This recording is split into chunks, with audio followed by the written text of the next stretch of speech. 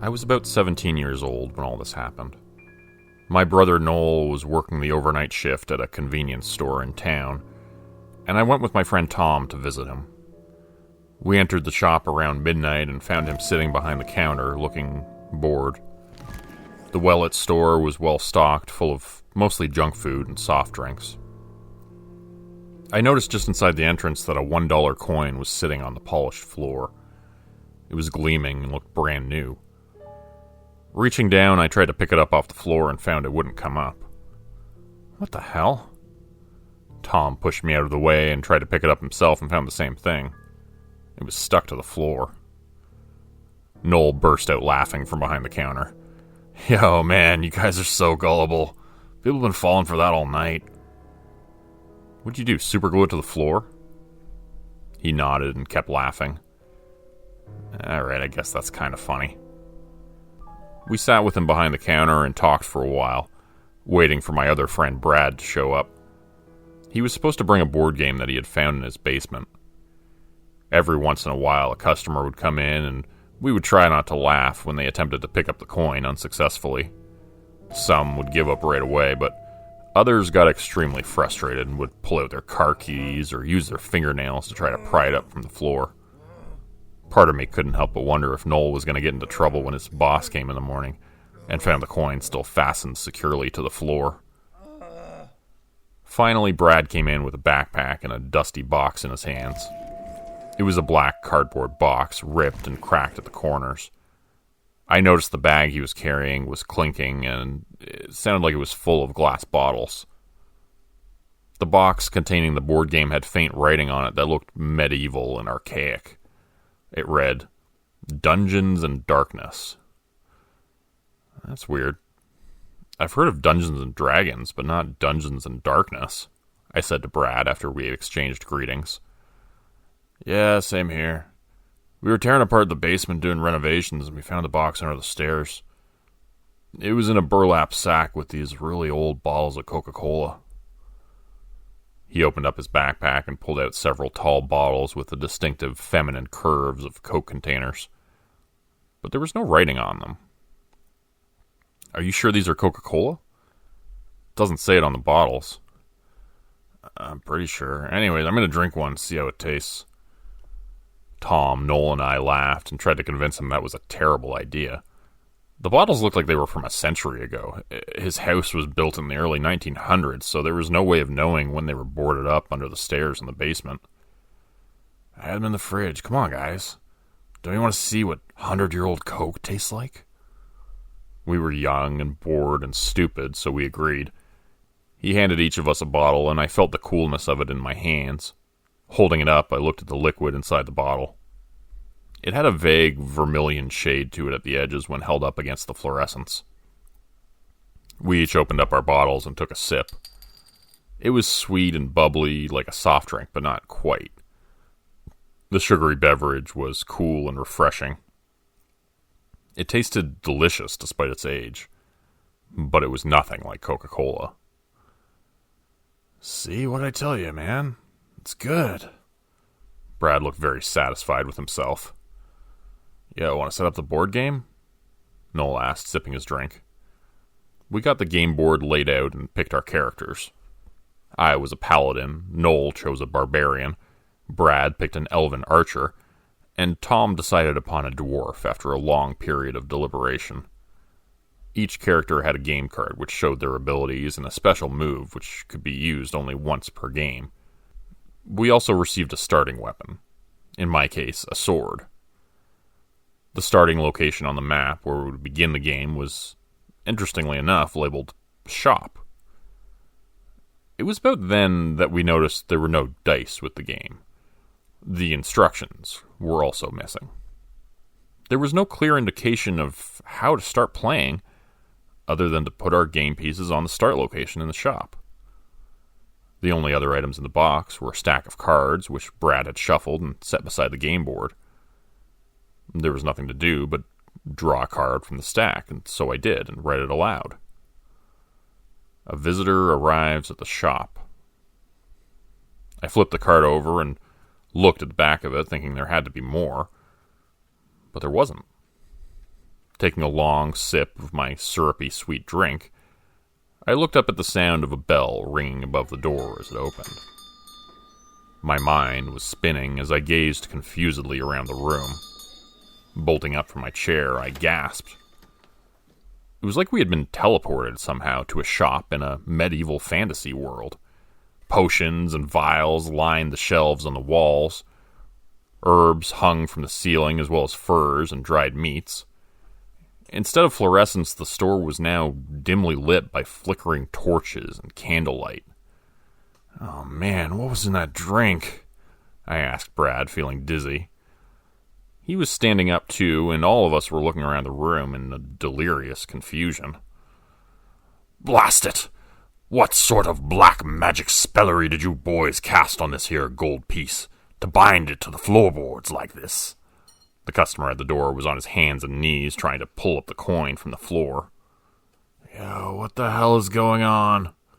Noel looked extremely worried. The man on his hands and knees by the door eventually stood up, looking slightly embarrassed.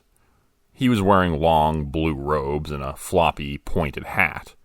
He had a long white beard and carried a tall wooden staff with a large jewel set into the top of it. His bushy eyebrows went up as he looked over at us all, staring at him. "Oh, I suppose it's some sort of jest, then. Ha ha ha." A deep-throated laugh poured out of him then. It was a good-natured laugh, and he walked toward us with a wide grin on his face. "Oh, you boys should think yourselves quite clever, pulling one over on a wizard such as myself. I am quite a prominent figure around these parts, you should know." We all stared at him, our jaws hanging down. "Right. Well then, I'll take 3 potions, if you don't mind. I've got the silver for it, don't worry." I looked to see behind the counter were rows and rows of vials containing potions of various colors and shades. Picking up a red one, I saw it had a heart shape on the front of it. "Let me guess. Healing potion?" I asked him, feeling as if I were in a dream, but knowing somehow that I was not. "You should know. You're the shopkeeper, aren't you?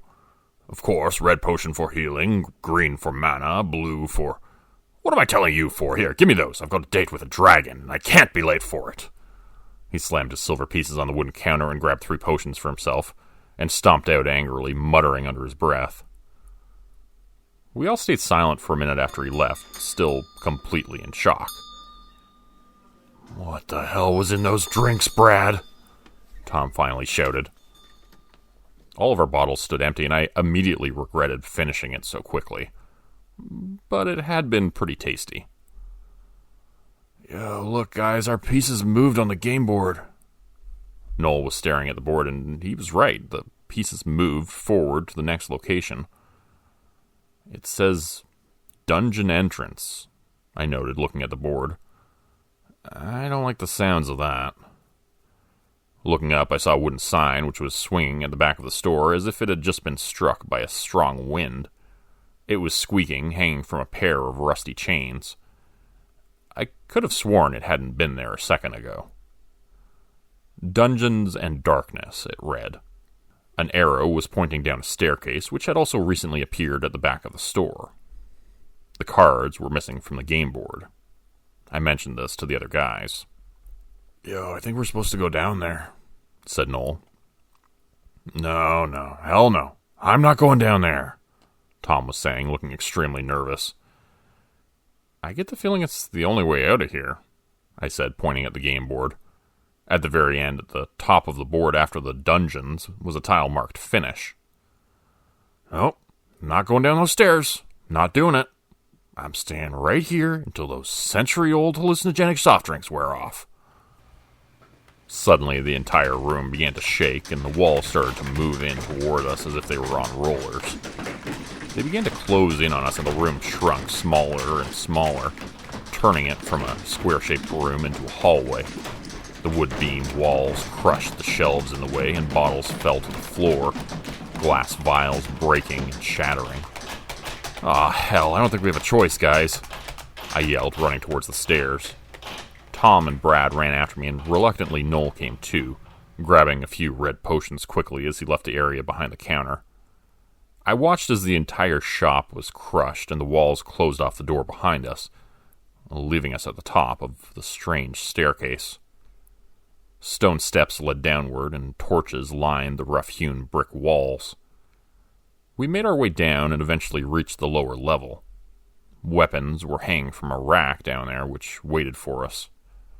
A sword with a red cross on the hilt for the paladin, a large double-sided steel axe for the dwarf, a bow and a quiver of arrows for the elven archer, and a big old club for the barbarian. "I don't know how the hell you're going to carry that thing, Noel," I said, looking over to him. But then I stopped short when I saw Noel had grown by about 3 feet, and was now a towering hulk with wide shoulders, wearing furs and leather boots. Tom had become a squat dwarf with a long, braided orange beard. He wore black chainmail armor and had a square-shaped helmet atop his head. He had a large gut, I saw also, which overhung his belt. Brad still had his familiar facial features, but had pointed ears now and long, flowing blonde hair. He wore green leather armor, and with quick, easy movements threw the quiver over his shoulder and picked the bow up in his hands. I grabbed the sword and found that when I looked down, I was wearing gleaming white gold armor with a red cross on the breast. "I guess we're all set," I said, looking into the darkness of the dungeon ahead. "Only one way to go. Forward." From the darkness ahead, a piercing scream shattered the silence. An echoing howl of such pain and terror that my heart skipped a beat. I felt sweat beating on my forehead suddenly. My heart began to hammer and pound in my chest, and I tried to control the fear in my voice. "Come on, guys. We got this." Stepping forward, we left the flickering glow of torches in the stairway, and were immediately swallowed up by darkness. The 4 of us moved silently through the dark tunnels of the dungeon. Rats squeaked and ran underfoot, and I began to see the shapes of them as my eyes adjusted. Finally, after walking for a long while, there was a flickering light up ahead. As we approached, I saw 2 guards standing in front of a wrought iron gate. Once we were within a few yards of them, I managed to see their grim visages. They had no flesh upon their faces. I could see right into the skeletal remains of their skulls and could discern no brains within them, only shadows. Perhaps that explains what happened next. "Who goes there?" the one on the right commanded. "Oh, hello," I said. "Jordan and Noel, Brad and Tom.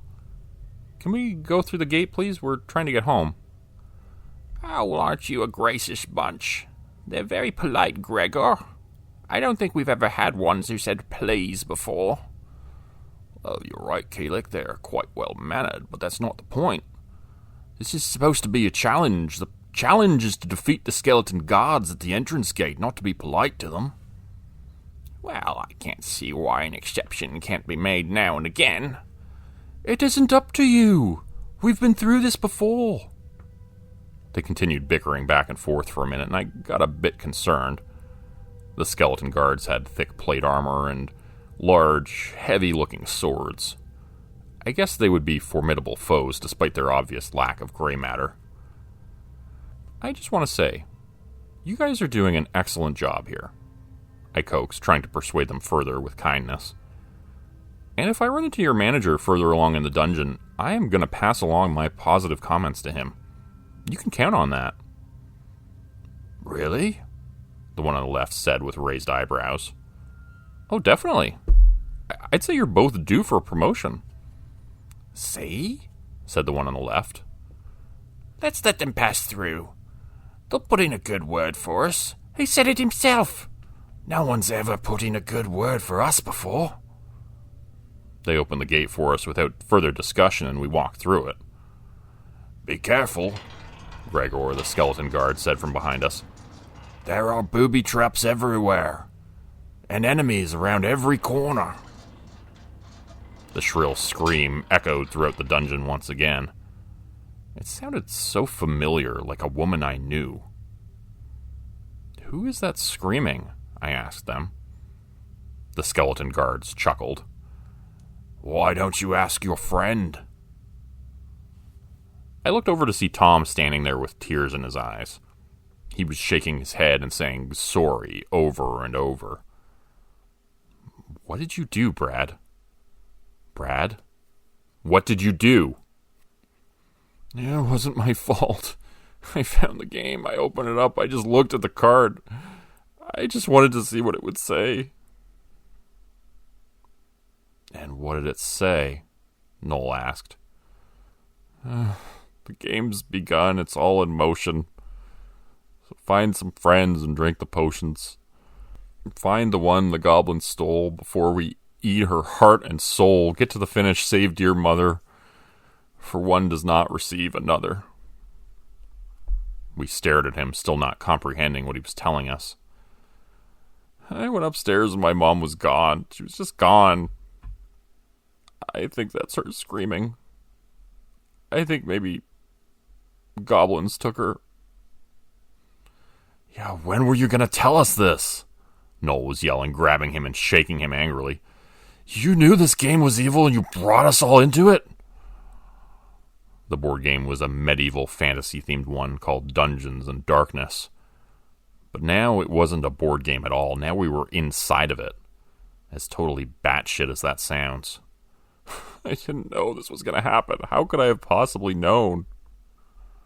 Before we could argue further, the wall behind us to our right collapsed with an explosion of fire. We all backed up quickly and ducked as stone blocks went flying, landing all about the tunnel with loud crashes and bangs. Suddenly a figure in a blue robe came flying in through the hole. His body flew through the air and collided with great force against the brick wall on the other side.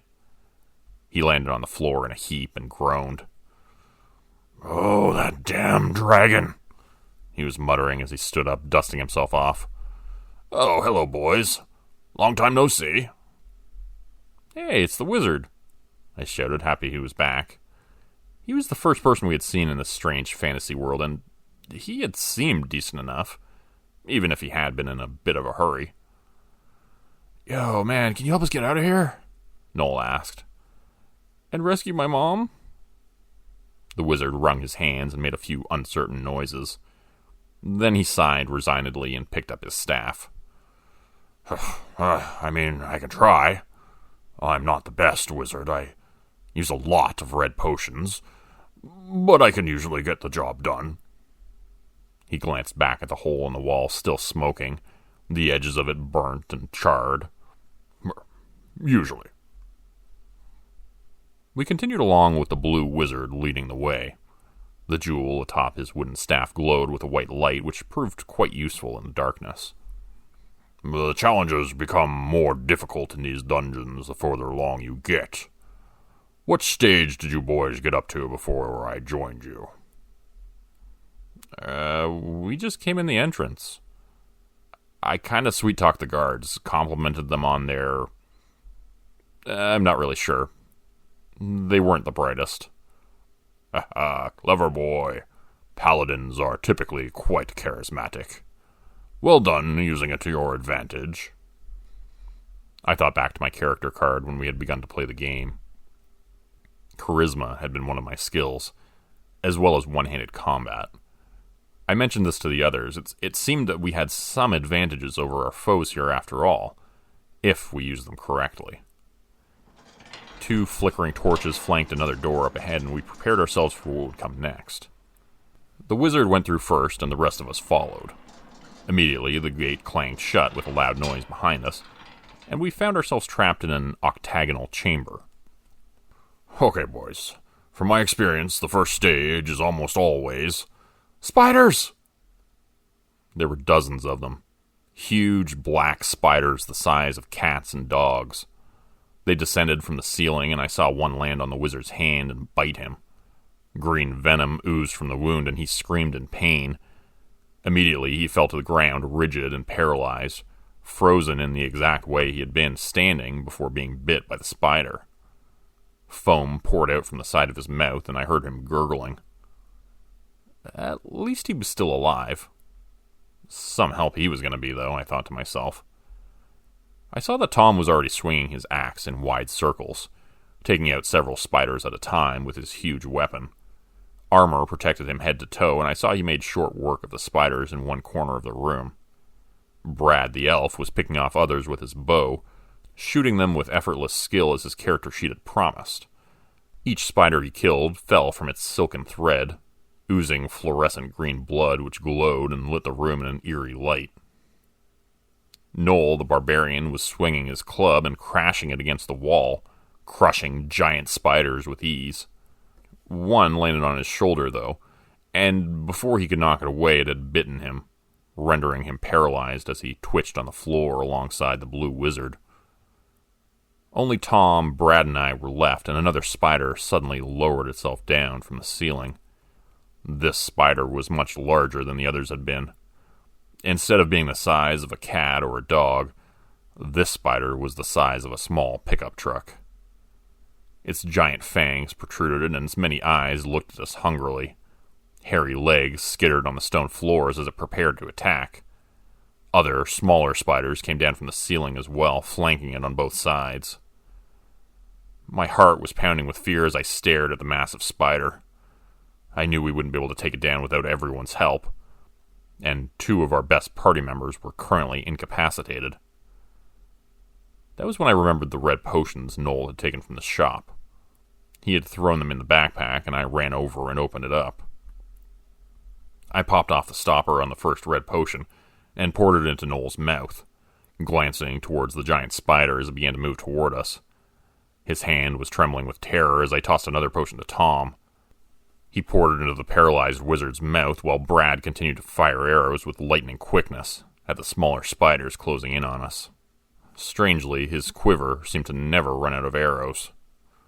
The blue wizard sprang to his feet, red liquid staining his teeth and lips as he grinned from ear to ear. "Oh, that red potion is good! Gotta be careful with it, though. Can be quite habit-forming for an adventurer in dungeons above his skill level." He shouted lightning bolt, and a bolt of lightning jumped out from his staff, striking the giant spider dead center. It sizzled and smoked as the buzz of static electricity and the boom of crashing thunder echoed in the small space, momentarily deafening me and causing my ears to ring. With all the spiders dead, the gate ahead rattled up and opened of its own volition, revealing the passageway beyond. "Stage 1, said the wizard. "Piece of cake."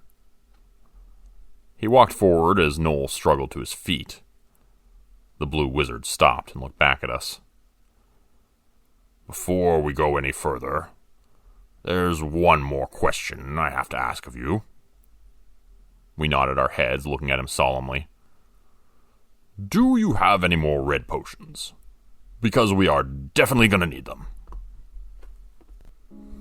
We were far underground in the dark, torchlit tunnels of a dungeon. The blue wizard had reluctantly become our guide, and he led us down one hallway after another.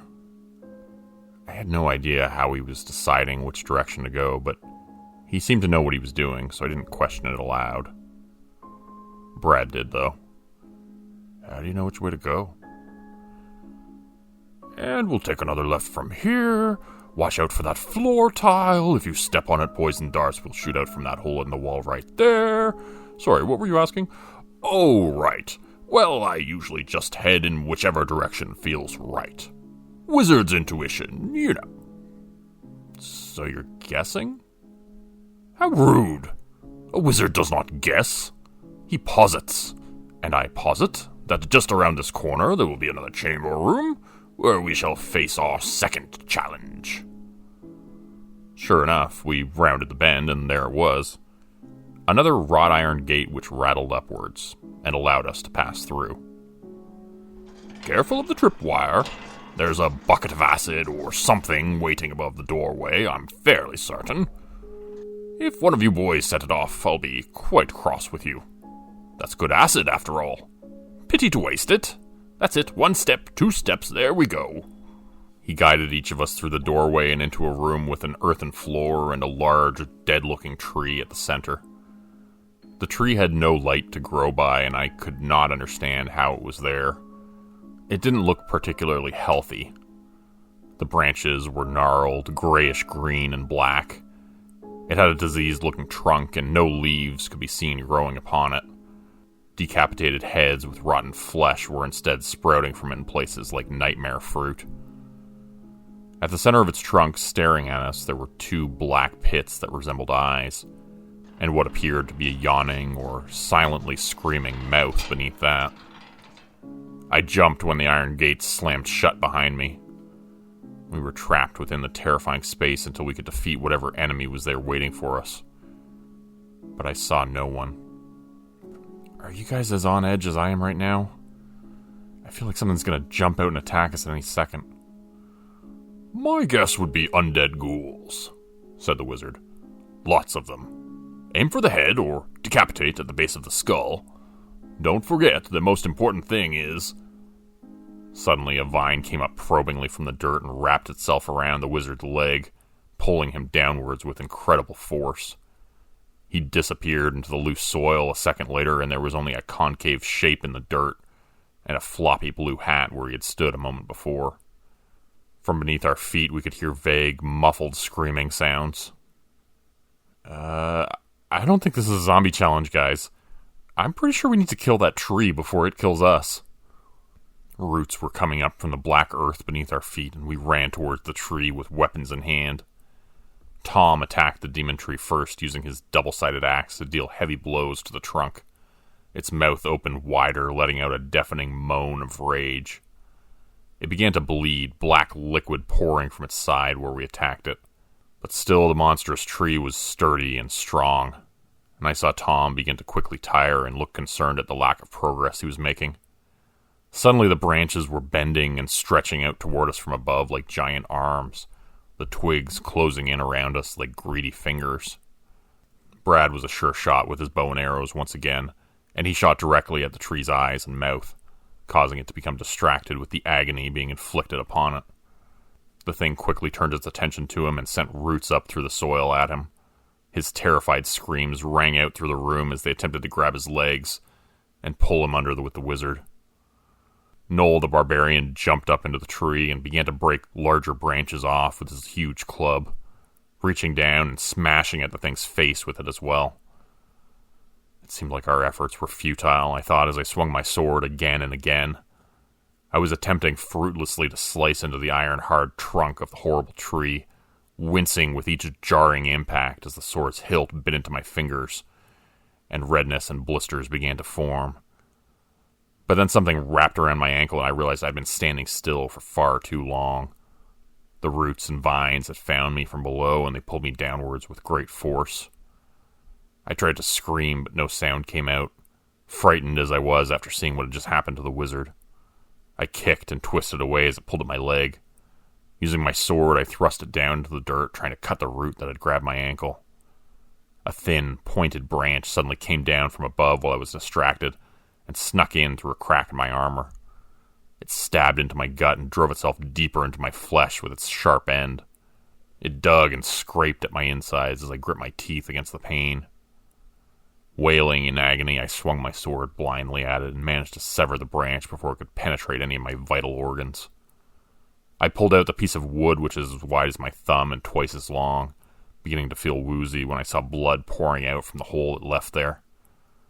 There was nothing to bandage it with, so I tried to cover it with my trembling hand. Fear began to consume me then as blood was pouring like a faucet, leaving my hand warm and stained crimson red. As a child, I had once passed out at the mere sight of my own blood, and had ended up in the hospital after fainting at school. I had largely gotten over that irrational fear, but still my vision began to go red around the edges, and then a jaundiced, pixelated yellow as I fought off unconsciousness. I pressed my hand down firmly against the wound, applying as much pressure as I could. Surprisingly, it felt better almost immediately. Looking down, I saw the hole in my stomach was gone, completely healed over with smooth, fresh flesh. I examined my hand and saw it was glowing faintly blue. Of course. I'm a paladin. Paladins have healing abilities, I thought to myself. Tom finally began to make some progress on the tree trunk, and I heard it splinter and crack as it was about to tip over. The face on the tree now resembled one of surprised horror, and the gaping mouth opened wider, as if it were screaming as the tree fell. A hand suddenly popped up from the soil, and then another. An arm reached out and attempted with great effort to pull itself up and out of the dirt. Yo, zombies! Noel shouted, getting ready to swing his giant club. A filthy, white-bearded face popped out, spitting clumps of black soil. Hold on. Ugh, damn barbarians. So quick to start swinging their clubs when what's needed is a bit of common sense. Oh, sorry about that, Noel said, and reached down to help the wizard up out of the ground. Nonsense. No harm done. And you defeated that devilish tree. Great work, boys. Quite impressive. The gate at the other end of the room rattled open, and we prepared ourselves to move onwards. By the way, guys, I said, I think I found another ability I've got. I just got stabbed by the tree and had a huge hole in my stomach. Gushing blood, the whole 9 yards. Now look. I showed them my stomach where the flesh was completely healed with no sign of a scar. Yes. Typical paladin healing hands. Only works on minor flesh wounds, of course, but still quite handy. You must have leveled up somewhere along the way. Leveled up? Seriously? Of course. Personally, I'm level 87. I have quite an arsenal of skills and abilities at this point. We sure hadn't seen any of them yet. I was wishing more and more that the Dungeons and Darkness game had come with instructions. Apparently, this was a pretty complicated game. Who are you, anyways? Did you play this game and get trapped in it like us? He looked at me and shrugged his shoulders. I don't really remember anymore. It's been a long time. I'm having fun anyway, so no complaints on my end. That's when I realized that this game was more insidious than I had thought. It not only trapped the people playing it, but it made them want to stay here. This man was obviously from our world, but had been stuck there so long he had forgotten where he came from. Brad, do you remember if there was a wizard character card in that box? I whispered to him. No, there definitely wasn't. I remember because I wanted to pick that class, but it wasn't available. I thought that was weird since what fantasy game doesn't have a wizard or a mage character? I think maybe he's the guy who left that box in your basement, Brad. Or maybe his family hid it there under the stairs and sealed it up after he disappeared. Yeah, you could be right. But so what? Big deal if he wants to stay here. I kind of get it. This place is scary, but it's fun, too. Like being in a game. I examined Brad with newfound concern. He had a strange look in his eyes. Are you okay, man? I'm a little worried this place might have some control over people. Like it might be changing us like it changed him. His family's probably worried sick about him and he doesn't even remember who they are anymore. Brad shook his head and looked like himself again for a second. Yeah, you're right. We gotta get out of here, man. We gotta save my mom and get the hell out of here. After steering around more booby traps and pitfalls, we finally reached the next chamber. The gate opened to reveal a fresh horror. We stepped inside hesitantly, and there was no question who our foe would be in this room. She stood at the other end, blocking the path to the door. It rattled shut behind her and slammed into the stone floor with a loud clang that echoed throughout the space. The being which stood there was tall, nearly 7 feet, I guessed. She was pale and extremely thin, all bony elbows and shoulders, and wearing a black funeral dress. Her head was lowered as she stared at the floor, then her gaze slowly rose to meet us. A mad, grinning face looked up at us. Her eyes were missing, and only shadowy, empty sockets remained staring out at us. Dry lips cracked as her smile went wider than should have been possible, deforming her face into a Picasso image. "What the hell is that thing?" I asked the wizard. "Honestly," he said, "I have no idea." She began to cackle and raised her hands upward, and I felt my feet lift off the ground as I hung suspended in the air, floating. "Okay, that's a new one. Looking up, I saw spikes jutting out from the ceiling above.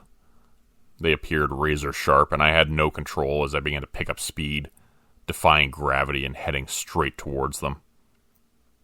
Screaming, I put my arms in front of me and braced myself for pain and for the darkness that would surely follow. I looked up and saw an array of sharp spikes were waiting for me on the ceiling as I drifted upwards.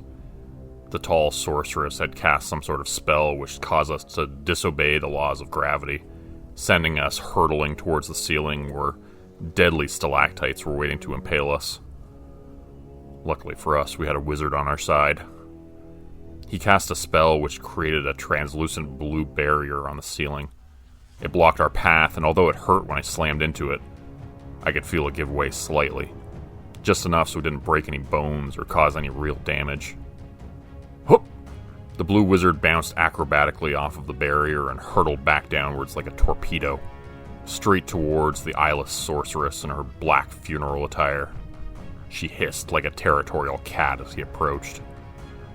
With his staff held out in front of him, he sent forth a burst of blue energy, which struck her and sent her reeling backwards, but only momentarily. She quickly regained her wits and prepared a counterattack. With her hands outstretched, a shimmering blackness began to permeate the space between them. As the blue wizard hurtled through it, seemingly unable to stop himself, it began to solidify. The black, shimmering space suddenly turned into dark spider webs, which caught him up and disabled him completely. He wound up hanging precariously from the sticky, dark strands, his legs hanging through the twisted loops, looking like a giant fly caught in a web, or a great Dane trying to climb into a hammock. Blast it! Mana-leeching webs! You boys will have to save me. I'm no use while I'm trapped in these vile things. I jumped off from the blue force field, as did Brad, Tom, and Noel. We were sent hurtling by some magic force downwards. Immediately, I regretted the decision, as the ground came racing up towards me sickeningly. We were falling from over 100 feet in the air with nothing to slow our descent. The stone floor was coming up towards me so fast I knew for certain I would die from the impact of the fall. Part of me wondered what I had been thinking following the wizard's lead as he had dropped to the floor with ease. We were not nearly as skilled as him, and now we'd die for our mistake. But instead of hitting the floor hard and splattering body parts everywhere, our bodies slowed down at the last second. I wound up landing softly on the ground with the agility of a house cat. We had managed to avoid the webs cast by the sorceress, and she seemed to be recharging for another attack. Tom raced towards her with his axe held high, a furious red-haired dwarf ready for a battle to the death. The wizard screamed from above, warning him that she was a dangerous foe, and not to be taken lightly. Brad the elf pulled back the string on his bow and released an arrow which was aimed squarely at the woman's blank, shadowy eye socket. He timed it perfectly so that just as she was countering the dwarf, left distracted, it hit her true. But still, her counterattack against Tom was fearsome, and I winced as I watched it all happen in a split second. With lightning speed, she created a long, spear-like icicle made of shadows, in the same motion stabbing the dwarf as he brought down his axe, which ended up going wild and missing her completely. She laughed and pulled back the spear, dark blood pouring and oozing from the arrow which remained lodged in her left eye socket. Blood poured out from her mouth as she began to gather a ball of black lightning in her palms. Brad took a few more shots with his bow. His skilled archery was effortless and done with such speed that before the first arrow had struck its target, the second one was already drawn back and ready to fire. I went over to assist Tom and looked up to see her release the ball of lightning at Brad. The blast of energy hit the elf square in the chest, and his bow went flying from his hands as he collapsed to the floor. He lay there unmoving and looked dead. The rise and fall of his chest was indiscernible, and I thought for sure he was a goner. Noel saw this and began to build up into a furious rage. If you know anything about barbarians, you'll know they're the most dangerous when in berserker rage. His face became red and he gripped the huge club tightly in his hand. Then he began to run forward at the dark sorceress. She saw him coming and her fear was unmistakable. Although she was powerful, the giant hulking warrior racing toward her in an unbridled fury of rage was impossible to ignore. Releasing one blast of dark lightning after another, she attempted to strike him down the same as she had done to the elf, but each time he ducked and rolled and evaded her attacks. My healing hands had returned Tom to a state of semi-normalcy, so I left him moaning and groaning where he was and ran over to help Brad. I found him lying on the cold stone floor, his face pale and lips ashen, sputtering and attempting to breathe in ragged fits and bursts. I could tell Brad's wounds were far beyond my skill level. The blue, healing glow of my hands did nothing to alleviate his pain, and I looked up to see the blue wizard above us still trapped in the dark spiderwebs, shaking his head and looking at me helplessly. Then his eyebrows went up and he spoke. "The red potions," he shouted. "Are there any left?" I looked in the bag Brad had been carrying and found there was only one left. Popping off the stopper cork, I poured the red liquid into Brad's mouth, hoping it could revive him before it was too late. Glancing over to Noel, I saw he was engaged in a heated battle with the dark sorceress, and her magical prowess was proving to be no match for his berserker rage. He was now bright red head to toe, shaking with a furious anger as he swung his massive club about him in a tornado rampage. The sorceress fled from him but wound up caught in his attacks, and was soon laying battered on the ground, her magic sparking and sizzling insufficiently from her fingertips, as she died in a pool of black blood. The wizard suddenly fell and landed hard on the stone floor next to us, the ensnarement spell she had cast now worn off and gone. You alright?" I asked after he stood up, brushing himself off. "Just peachy," he said. "Everyone else? All accounted for?"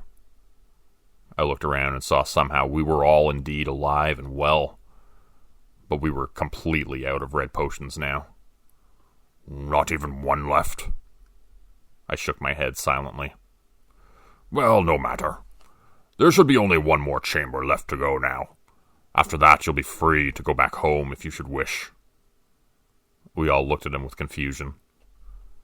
"What do you mean by that?" I asked suspiciously. "Well, at the end of every dungeon, you get a choice. A purple potion or an orange one. You drink the purple, you stay.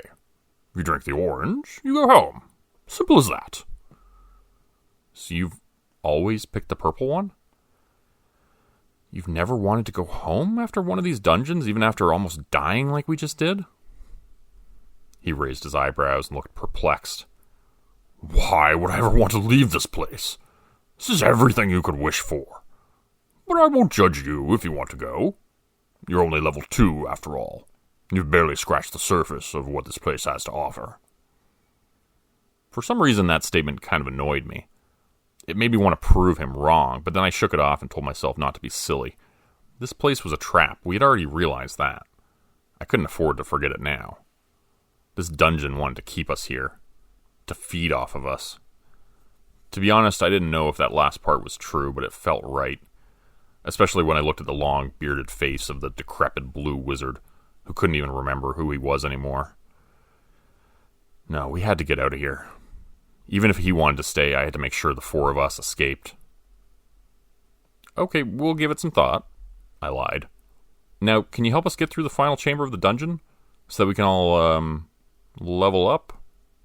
Get the hell out of here is what I wanted to say, but didn't. "You got it, bud. We'll keep this party moving forward. If you want to make it to the end, there's always something cool in the gold chest waiting for you there.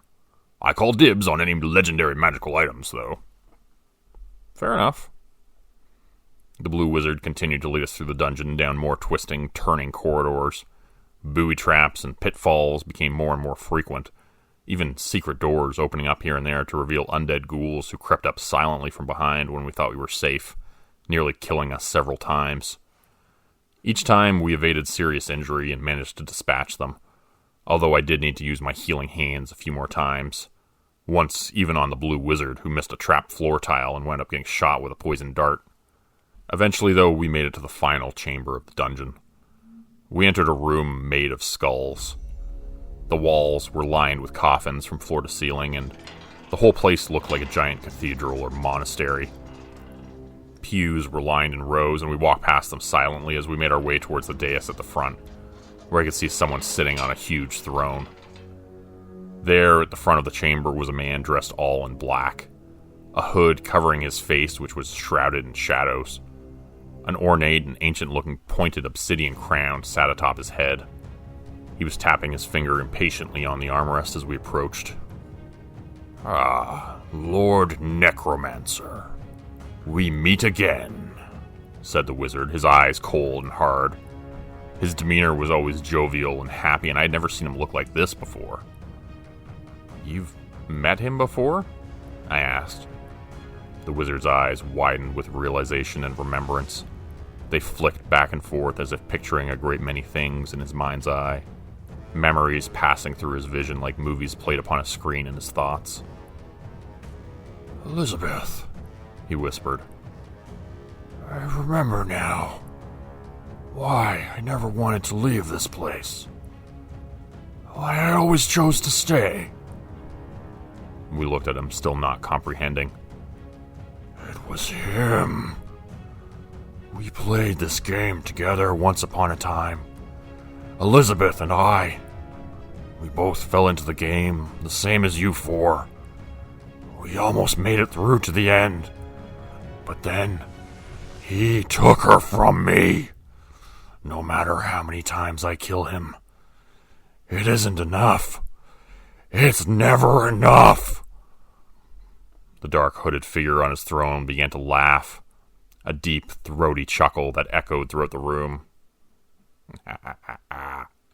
"Foolish mortals! Once I have taken a soul from you, someone you truly love. Never can you escape my domain. I will own you boys forever, just like I own him. All I have to do is kill one of you, and the guilt will keep you bound to my dominion, like a sturdy iron chain around your souls." He stood from his throne and clapped his hands twice loudly, and all at once came a sound of cold stone being lifted and moved from 1,000 places at the same time. 1,000 coffins, their lids being slid open from the inside by cold, dead hands. And then, one by one, the dead began to stand stretching from their slumber and marched with murder in their eyes towards us. The king necromancer stood before us, watching as his undead servants closed in and encircled our group. The cold stone chamber echoed around us with the sounds of hundreds of decaying bare feet treading across the floor, getting closer by the second. "What do we do now?" I asked the blue wizard, whose lips were still trembling with unbridled rage. He had just revealed that the necromancer king had murdered his wife during their first encounter, when they initially came to this place, to this world within a board game. Now he was trapped here, trying to right the injustice that could never be corrected. Such was the curse of the necromancer king. He was ensnared in a never-ending quest for revenge. "We fight, or we die. Maybe a bit of both." With that, he spun and released a gout of flame from his staff, ferociously burning up everything around him. The undead ghouls had little remaining flesh hanging from their creaking bones, but what was left melted like candle wax, leaving screaming skeletons standing before us, until they collapsed under their own weight and fell to the floor in a shambles. I turned to the sound of movement behind me and saw a dozen more of them now within striking distance. With a wide, arcing swing from my sword, I managed to sever the heads of a few closest to me, their thick black blood spraying like geysers into the air. Some of it splattered my face and clothing and tasted coppery and warm on my lips. Tom, the dwarf, howled a war cry and began to spin like a dervish. He looked like the Tasmanian devil stuck in a food processor full of old meat as he spun around and hacked the zombies to pieces around us. "His special attack," the blue wizard explained. "The fool is wasting it. Doesn't he realize what he's doing?" We each had one special skill that could be used during the course of the adventure, but only once. None of us have any idea what we're doing. I thought that would be super obvious by now. Ah, true enough.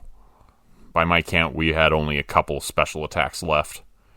I still had mine, as did Brad, but I realized that Noel had used his Berserker Rage earlier, and that was probably his one-off skill. It had made short work of the Lich Sorceress. The Wizard was another wild card. I wasn't sure what tricks he had up those baggy blue sleeves of his, but hoped he had something that could take out the Necromancer King. I had a feeling he was the only one out of 5 of us who had a shot at killing the bastard. I imagined him summoning a lightning elemental or a fire serpent the size of a school bus. He had to be capable of something. The son of a bitch had done next to nothing of any use aside from helping to guide us here. He claimed to be extremely powerful, though. Maybe we would see that borne out eventually. Tom was spinning in his whirlwind attack still while Brad the elf rained down arrows on our foes. He released them so quickly it looked as if we had an army on our side, but I saw the majority of them were missing their targets. Why isn't he hitting any of them? I asked the wizard while slashing at zombies. He's only level 2, same as the rest of you. You're quite fortunate to have survived this long. You must have been rolling natural 20s, and your luck has finally caught up with you.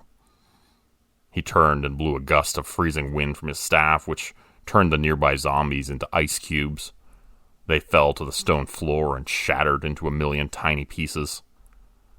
Despite the 5 of us doing everything in our power to defeat the encroaching army of the dead, we were soon backed into a corner and fighting for our lives. Tom screamed as several ghouls dove onto him and began to claw at his armor, pulling it off in places. They tore off his plate mail and helmet before we could get to him and began to devour his flesh, ripping it from his bones and eating it while it stretched like warm mozzarella. Within a minute of falling, our former comrade was up again. His eyes were now white and blank as he joined the ranks of the dead, trying to rip us to shreds. Thankfully, Noel was taking out more than his fair share of foes. His massive club arced and spun, dealing heavy blows and sending ghouls flying in every direction. Just as I thought the tides of battle had begun to turn, Brad fell under an onslaught of the undead. I heard his screams, and my heart once again began to trip hammer with fear. The elf was up to his feet in moments, his deadly bow now aimed straight toward us. Arrows flew and thankfully missed my head by inches. Despite our losses, the wizard and I held strong. Noel was the next to fall, though. His wide swinging blows left him open for a counterattack, and the zombies did just that. They piled onto him and began to rip and tear at his flesh with their sharp yellow teeth. He was soon on the ground, writhing and screaming, and I felt certain that pain in this place would feel very real, and I would discover that for myself soon enough, I imagined. My hope began to dissipate, and I realized with a sinking heart that I would die in this place. Fear began to consume me, and my sword began to swing wild, missing targets. The dead started to take precious inches from our small fighting territory, as the wizard and I stood back to back, fighting with our last ounces of endurance. Enough! The wizard bellowed. His strong voice rang clear and true and echoed back at us from the high, arching stone ceiling. He began to murmur and chant under his breath. The words were indiscernible, but the power flowing through them was clear as day. Even the unthinking zombies backed away instinctively from the growing energy which blossomed and built into a towering blue inferno of light. A wave rippled through space and time and all things as the powerful supernova blast of the wizard was unleashed. Thankfully, I was spared from it, since I was his ally. Every undead creature in the chamber went flying through the air as the explosion boomed and cracked with an echoing blast. The Necromancer King himself went flying backwards from where he stood, crashing into a wall far behind him. Though the impact should have been fatal to anyone, I saw him writhing and moving around on the floor, as if to get up again. I turned to the blue wizard and saw him lying on the floor, unmoving. Running over to him, I saw that he was pale, his lips turning blue. Blood poured from his mouth as he coughed and sputtered and groaned in agony. What happened? Are you okay? I asked him, checking over my shoulder to make sure the necromancer was still down. He was. My special attack, the wizard was saying quietly. It was the last resort. The supernova blast is exactly what it sounds like. It is the explosion of a dying star, capable of doing incredible damage, but at great cost. I stood and looked at the necromancer king on the dais, gradually getting to his feet again, and decided then and there to end it. The son of a bitch shouldn't be breathing anymore, I told myself, and I was about to correct that problem. Running down the aisle, my boots crunched across the bones of hundreds of motionless zombies. I heard a battle cry begin to pour out of me instinctively as I raced up the carpeted steps towards the necromancer, who now stood wobbly before me. He drew a massive obsidian blade as I leapt toward him, my sword thrust out toward his face. I no longer cared if I lived or died, only that this creature was dead and gone. He had killed everyone I cared about in this place. My sword pierced his faceless hood before he could even take a swing, and I felt nothing as it impaled him. His cloak puddled to the floor instantly, as if it had been worn by a shadow. The necromancer king was dead. But I had no time to celebrate. Looking back over my shoulder, I quickly realized that the blue wizard would be next to go. I ran over to him, and he looked up at me desperately. You never used it. You never used it. He was shouting at me, a grin playing at the corners of his lips. Used what? I asked, thoroughly confused. Your special skill. You never used your special skill. I looked down and saw my hands were glowing faintly blue again.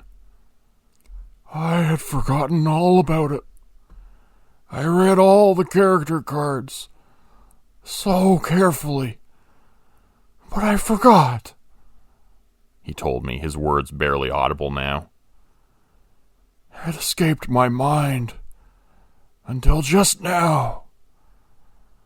The paladin's special skill is called Mass Revive.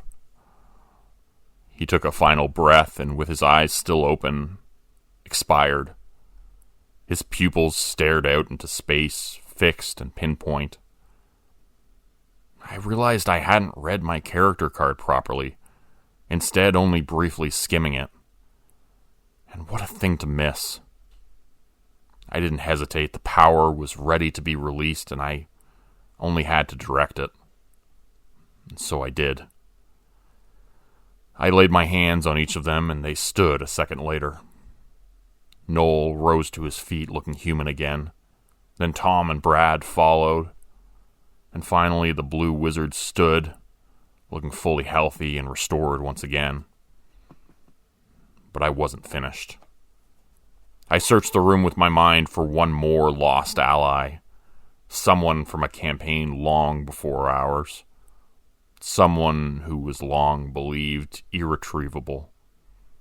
There was still a glimmer of humanity left in her, and I sought it out and brought it back. Elizabeth? She stood, looking human once again.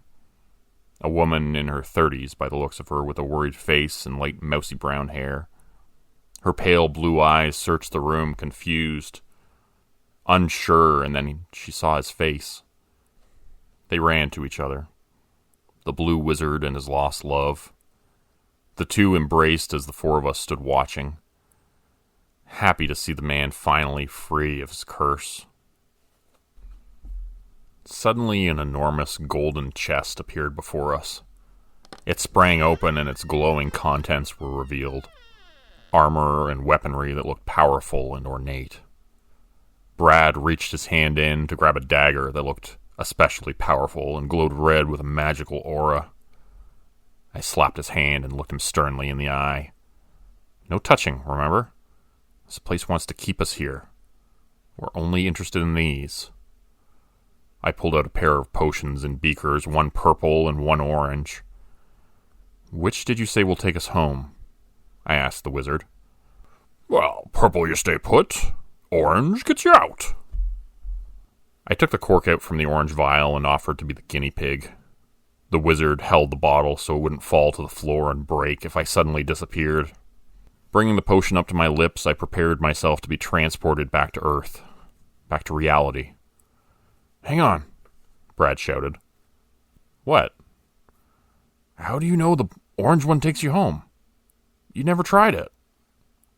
He was looking suspiciously at the blue wizard who was just standing there with his arm around his long-lost wife's shoulder. Well, I suppose I just assumed. The first time I tried one randomly, and it kept me here. So I figured the other one would bring me back home again. Problem? Brad was eyeing both vials and held them up in the dim light. You said this place wants to keep us here, right? So why would they offer us a way out? I'll bet they both keep you stuck here. And probably erase a bit of your memory every time as well. So what do you propose? I say we wait. We all stared at him, confused. And what's that going to achieve? Remember what got us here in the first place? Drinking those damn Coca-Cola potions, right? So maybe this is the same as if you've just had a bit too much to drink. You just gotta sleep it off and let the booze get out of your system. The last thing you should do is chug some more poison, though. Elizabeth spoke up and stunned us all by concurring. The Necromancer King kept feeding me potions once a day. I think those vile things are tricks, designed to keep us here. I can't help but feel the same way. That orange potion is likely a trap. Everything in this place is toxic and evil. The red potions, I kept drinking them constantly to keep my health up, said the wizard, his eyes widening. I never thought they were anything but healing potions. But maybe I was wrong. I guess there's no harm in waiting here for a while, just to see what happens. The six of us agreed to remain in the necromancer's chamber and wait for the potions that got us there to work their way out of our systems. It took a long time for anything to happen, but eventually the oddness began. The giant gray stones, which made up the necromancer's chamber, began to vanish one by one, leaving only blackness behind. Piece by piece, bit by bit, the entire world began to evaporate around us, until finally we were left in a black void. And I realized immediately that we were not alone. You think yourselves clever. I was too afraid to answer, too afraid to move. The thing, whatever it was huge, massive beyond my comprehension. It surrounded us and enveloped us in the darkness, and I began to shiver from the cold, for there was no light in this black and bitter place. I am the dungeon master. None have escaped me before now, and I will not give up so easily on you six. I will continue to play my games with you. I will be in your dreams and in your nightmares, and you will feel pain in those places, the same way you did here. None can win against me, and you are no exception. And with that, the light began to return to the world, and I saw we were in the bright fluorescence of the convenience store once again, only now with a man and a woman who I did not recognize standing there with us. Elizabeth, I presume? She shook my hand, and I looked to the man standing beside her. I never did learn your real name, I said. Nor I yours. We shook hands and smiled, looking each other in the eyes. Blue Wizard.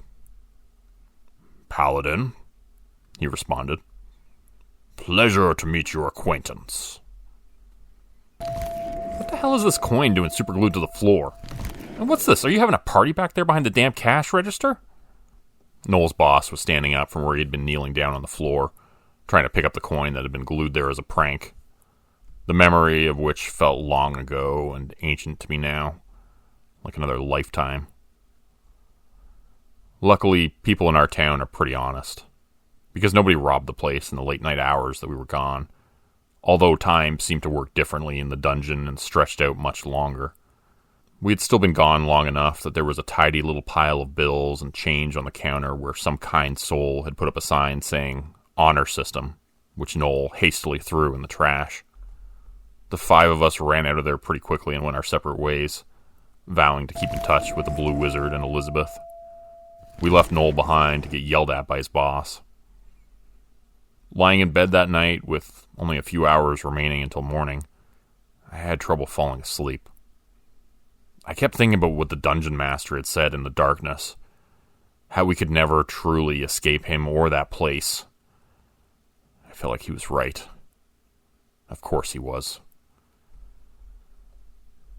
It's been many years since that first night. Every time I drift off to sleep, I wake up back in that dungeon once again, just like the bastard promised. Every night I have the same dream.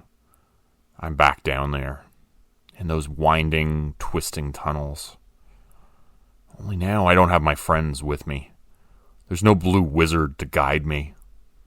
The horrors I have witnessed and the agony I have felt in the dungeons of my dreams, I wish on no one. What I didn't expect, though, was for Brad to decide to go back in, to play once again. I think because he never did find his mother. The game stole her and lured him in with her, but never returned her to him. He disappeared last week. And even though I loathe the thought of going back in there, I feel like we owe it to him. We have to at least try to save him.